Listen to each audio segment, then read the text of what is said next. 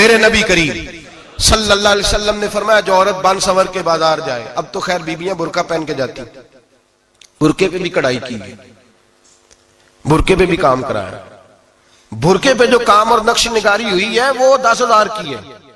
برقع پردے کے لیے پہننا تھا، دکھانے کے لیے۔ یہ کیسا برقع ہے کہ اس نے برقع بھی پہنا ہوا ہے اور برقع بھی اس نے فیشن والا پہن لیا ہے؟ یہ کس طرح کا؟ اس تو پردے کو پردے کی ضرورت پڑ گئی۔ میرے حبیب پاک علیہ السلام نے فرمایا بلا ضرورت، عورت کو اجازت ہے بیمار ہو تو ڈاکٹر کے پاس جائے، عورت کو اجازت ہے ضرورت پڑ جائے گھر میں سودا سلف نہ آتا ہو تو لینے چلی جائے، عورت کو اجازت ہے اگر گواہی کی ضرورت پڑ جائے تو پردہ کر کے قاضی عدالت کے پاس گواہی دینے جائے، عورت کو اجازت ہے حج پہ جائے، عورت کو اجازت ہے عمرے پہ جائے، عورت کو اجازت ہے کہ اگر کسی وقت جہاد کے لیے عورتوں کی ضرورت پڑ گئی تو حضرت فاطمہ اور جناب عائشہ کی سنت ادا کرے، جہاد کو جائے۔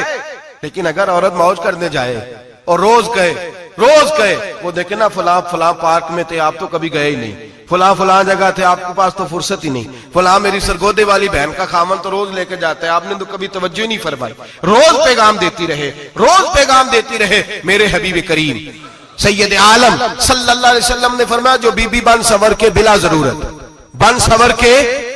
ضرورت بازار جائے، نبی پاک علیہ السلام نے فرمایا ایک قدم وہ اٹھائے گی تو اس پر اللہ کی لعنت برسے گی، فرشتوں کی لعنت برسے گی، زمین والے لعنت برسائیں گے، آسمان والے لعنت برسائیں گے۔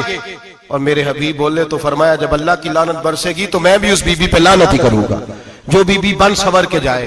اور آگے سن لیں، میرے حبیب نے فرمایا اگر اس کا خامد راضی ہو اس کے بن سور کے بازار جانے پہ، آپ ناراض ہو جائیں، اللہ کرے اس بات پہ ہو ہی جائیں اور اللہ کرے بدل جائے نظام، جو خامد خود میک اپ کرا کے تیار کرا کے پارٹی میں لے کر کے جائے، جو سامنے والی فرنٹ سیٹ پہ خود بغیر نقاب کے اس کو بٹھائے، جو موٹر سائیکل کی پشت پہ خود تیار کرا کے بٹھائے اور جو خود کہے تو چلی جانا جا، تو شادی بھی تو دیکھا، فلاں کام بھی تو کرا، میں آزاد ہوں۔ میرے حبیب نے فرمایا جس کی بیوی بن سور کے جائے، جس کی بیوی میک اپ کر کے جائے، چیلم پہ بھی بیوٹی پارلر سے ہو کے جاتی ہے، جس کی بیوی بن سور کے نکلے وہ راضی ہو، وہ خوش ہو۔ بعض ایسے منع کرتے ہیں، ناراض ہوتے ہیں، وہ گناہ صرف عورت کے ذمے ہے، لیکن اگر عورت بن سور کے نکل رہی ہے اور خامد راضی ہے، وہ کہتا ہے ہاں ہم ماڈرن ہیں، ہم جدید دور کے ہیں، ہاں جدت اسی کا نام ہے، ہاں پھر لوگوں کو پتا کیسے چلے گا ہمارے پاس پیسے ہیں، کیسے پتا چلے گا کہ 3 گاڑیاں ایک ابا جی کے پاس ہے، ایک بیٹی کے پاس ہے، ایک بیوی کے پاس ہے، کیسے پتا چلے گا کہ ہم بہت تعلقات والے ہیں، ابا جی فلاں شادی پہ، بیٹی فلاں گھر میں اور بیوی فلاں گھر چلی گئی، ہمارے تعلقات زیادہ ہے اس لیے ہمیں زیادہ جانا پڑتا ہے۔ میرے حبیب کریم علیہ السلام نے فرمایا عورت بن سور کے جائے، خامد راضی ہو، وہ جتنے قدم اٹھائے گی اتنے ہی اپنے خامد کے لیے جہنم میں مکان تعمیر کرے گی۔ فرمایا اس کے خامد کے لیے اتنے مکان دوزخ میں تیار ہو گئے، وہ جلایا جائے گا، وہ تپایا جائے گا، وہ جہنم کی آگ کا ایندھن بنے گا۔ اور میں نے شاید آپ کو درجن بعد حدیث سنائی ہو، میرے کریم رسول نے فرمایا بی بی ایک ہوگی پر 4 آدمیوں کو جہنم میں لے کے جائے گی۔ یا رسول اللہ کس کو؟ فرمایا باپ نے پردے کا نہیں کہا تو باپ بھی دوزخ میں جائے گا، اگر بھائی نے پردے کا نہیں کہا تو وہ بھی دوزخ میں جائے گا، شوہر نے پردہ نہیں کرایا تو وہ بھی جہنم میں جائے گا، وہ بیٹا جو کہتا تھا نا 1.25 لاکھ کا موبائل لینا ہے تو اماں نے گھر کے اندر شور ڈال دیا، مجبور کیا، خامن کو لے کر کے دیا، اس بیٹے سے پوچھا جائے گا تو ساری ضدیں اماں سے منواتا تھا، یہ تو نے کیوں نہیں کہا پردہ کر لے؟ اور اب تو بی بی ذرا 40 سال کی ہوتی ہے تو کہتے ہیں میری خیر ہے میں بوڑھی ہو گئی ہوں، میری خیر ہے، روٹیاں ساری کھاتی ہوں، باقی سارے کاموں میں جوانوں کی طرح ہوں، پردہ نہیں میں نے کرنا، میری خیر ہے، فلانا تو میرے بیٹے کی طرح۔ ظلم کی حد ہے، ظلم کی حد۔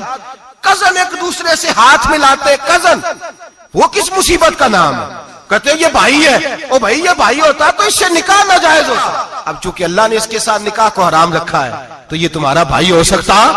میرے رسول کریم صلی اللہ علیہ وسلم نے فرمایا سور نجس العین ہے، کتا بالکل ناپاک نہیں ہوتا، کتا بھیگ جائے تو بعد اوقات ناپاک ہوتا ہے، یا کتے کے منہ سے تھوک نکلے تو ناپاک ہوتی ہے، سور نجس العین ہے، پورا ناپاک، خشک بھی ہو تو ناپاک ہے۔ میرے حبیب پاک علیہ السلام نے فرمایا ایک سور ہو وہ پہلے ہی ناپاک، اور دوسرا پھر وہ سور گند میں لپٹا ہوا ہو، غلاظت تو سور کو لگی ہوئی ہو۔ فرمایا ایک تو سور جو نجس العین ہے اور پھر وہ گند میں لپٹ جائے، غلاظت میں بھر جائے، اس کے پورے وجود کو گندگی لگ جائے۔ فرمایا وہ سور گندگی اور غلاظت میں لپٹا ہوا تیرے جسم سے لگ جائے تو اتنا برا نہیں جتنا غیر محرم عورت کا وجود تیرے وجود سے لگ جائے تو برا ہے. کس قدر تفصیل دی, کہاں سے بات شروع کی اور کہاں میرے نبی نے سکھائی. کزن ہاتھ ملا رہی ہے, کزن کے ساتھ بازار جایا جا رہا ہے, کزن کے ساتھ فلاں کام ہو رہا ہے, کزن کو چچا کا بیٹا بھائی ہوتا ہے. اگر یہ سگا بھائی ہوتا تو اس کے ساتھ نکاح ناجائز ہوتا. خدا را آ جاؤ, لوٹ آؤ, واپس پلٹو دین کی طرف, لوٹو اس تباہی سے نکلو. یہ جو آگ ہے, یہ جو بے سکونی ہے, یہ جو تماشا ہے, یہ لاکھوں کمانے کے باوجود جو بے برکتی ہے, یہ بڑی بڑی فوجوں کے باوجود جو روز میتیں اٹھتی ہیں, یہ جو روز جنازے پڑے جاتے ہیں, یہ جو روز بیٹیاں بیوہ ہوتی ہیں, یہ جو روز ماؤں کے سہاگ لٹتے ہیں, یہ ہماری نافرمانیاں ہیں. ہم دین کے معاملے میں ہم لوگوں نے نرمی شروع کر دی ہے. ہم اللہ اور اس کے رسول سے بغاوت کرنے لگے ہیں. میرے حبیب کریم سید عالم نور مجسم شفیع معظم صلی اللہ علیہ وسلم نے فرمایا زنا صرف شرمگاہ کا نہیں ہوتا. حضور نے فرمایا آنکھیں بھی زانی ہوتی ہیں, کان بھی زانی ہوتے ہیں, زبان بھی زانی ہوتی ہے. بخاری مسلم دونوں میں موجود ہے. صحابہ نے عرض کی حضور زبان کیسے زانی ہوتی ہے؟ فرمایا جو نماز کے باوجود گند بولتا ہے, غلیظ گفتگو کرتا ہے, وہ زبان کا زانی ہے. اور فرمایا جو روز گند دیکھتا ہے, وہ جتنی مرضی تہجدیں پڑھے, وہ آنکھ کا زانی ہے. اور جو گندی باتوں میں لذت محسوس کر کے سنتا ہے, وہ جتنا مرضی روز اٹھ کے مسجد میں جھاڑو دے, وہ کانوں کا زانی ہے. میرے نبی نے فرمایا آنکھ کا زنا بھی چھوڑ دو, کان کا زنا بھی, بولیے کان کا زنا بھی, زبان کا زنا بھی. مسند امام احمد بن حنبل اٹھائیے. ایک صحابی نے عرض کی حضور نماز میں دل نہیں لگتا, میرا قرآن پاک میں دل نہیں لگتا, درود و سلام میں دل نہیں لگتا. آمنہ کے معصوم لال نے کیا جواب دیا؟ حضور نے فرمایا جا اپنی نظر جا کے پاک کر لے, اللہ کے نبی کا وعدہ ہے تیرا سجدے میں دل لگنے لگ جائے گا. جا اپنی آنکھ کو طہارت دے, وضو کرا, نظروں کو پاک کر, اللہ کے رسول کا وعدہ ہے تیرا قرآن پاک میں دل لگے گا. جا کے اپنی نظر کو پاک کر, وعدہ ہے تیری زبان پہ درود و سلام جاری ہو جائے گا, اللہ کا ذکر جاری ہو جائے گا. میرے بھائیوں, عورت کا پردہ, عورت کا حجاب دین میں اسی طرح فرض ہے جس طرح نماز فرض, جس طرح روزہ فرض ہے, جس طرح زکوٰۃ فرض ہے, اسی طرح عورت کا پردہ بھی فرض ہے. اگر کسی گھر میں عورت پردہ نہیں کرتی, اس گھر کے مکین سارے اللہ کے حضور جواب دے ہیں. میرے حبیب کریم علیہ السلام نے جس عورت کو پسند کیا, جس عورت کی تعریف کی, جس عورت کی بابت میرے نبی نے ارشاد فرمایا, وہ بڑے خوبصورت لفظ ہیں صاحب احکام القرآن نے لکھے ہیں. میرے حبیب پاک نے صحابہ کی محفل سجائی, مجمع کھچا کھچ مسجد بھر گئی. حضور نے فرمایا بول کے بتاؤ خیر النساء کون سی ہے, عورتوں میں سب سے اچھی بی بی کون سی ہے, بول کر کے بتاؤ. حضرت صدیق اکبر سے لے کر مولا علی تک, حضرت علی سے لے کر جناب بلال تک, حضرت سلمان فارسی سے لے کر عبداللہ مزنی تک بھرا پڑا ہے مجمع. حضور نے فرمایا بولو سب سے اچھی عورت کون ہوتی ہے؟ ایک صحابی کہنے لگے حضور جس کی نماز قضا نہ ہوئی ہو. فرمایا وہ بھی اچھی ہے پر تم میری مراد کو نہیں پہنچے. ایک نے کہا حضور جو خامد کی تابعدار ہو. فرمایا وہ بھی اچھی ہے پر تم میری مراد کو نہیں پہنچے. ایک صحابی نے کہا یا رسول اللہ جو پاک دامن ہو. حضور نے فرمایا تم میری مراد کو. حضرت علی فرماتے ہیں جب سب کے جواب غلط ہو گئے تو میں, قد میرا چھوٹا تھا, میں پیچھے بیٹھا تھا, میں گردن جھکا کے پیچھے سے نکل گیا. سیدہ طیبہ طاہرہ حضرت فاطمہ الزہرا رضی اللہ تعالی فرماتے ہیں بی بی صاحب کے پاس پہنچا. میں نے کہا فاطمہ حضور نے سوال کیا ہے. تو حضرت فاطمہ بھی گویا مسکرا کے کہنے لگی علم کے شہر کے دروازے تو آپ ہی ہیں, تو آپ یہاں آ گئے. کہا حضور نے سوال کیا ہے اور مجھ سے لے کر ابو بکر عمر عثمان غنی تمام کو کسی کو جواب نہیں آیا. حضور نے پوچھا بہترین عورت کون ہوتی ہے, بہترین خیر النساء, بہترین بی بی کون ہوتی ہے؟ تو حضرت سیدہ فاطمہ کہنے لگی علی بڑی سادی سی بات تھی, سادی سی بات تھی, سمجھ نہیں آئی. کہ فاطمہ بتلا دو اتنی سادی ہے. تو حضرت فاطمہ کہنے لگی سب سے بہترین عورت وہ ہوتی ہے نہ کبھی غیر محرم نے وہ بی بی دیکھی ہو. اگلے جملے بھی یاد رکھنے, نہ کبھی غیر محرم نے وہ بی بی دیکھی ہو, اور فرمایا نہ اس بی بی نے کبھی کوئی غیر محرم دیکھا ہو.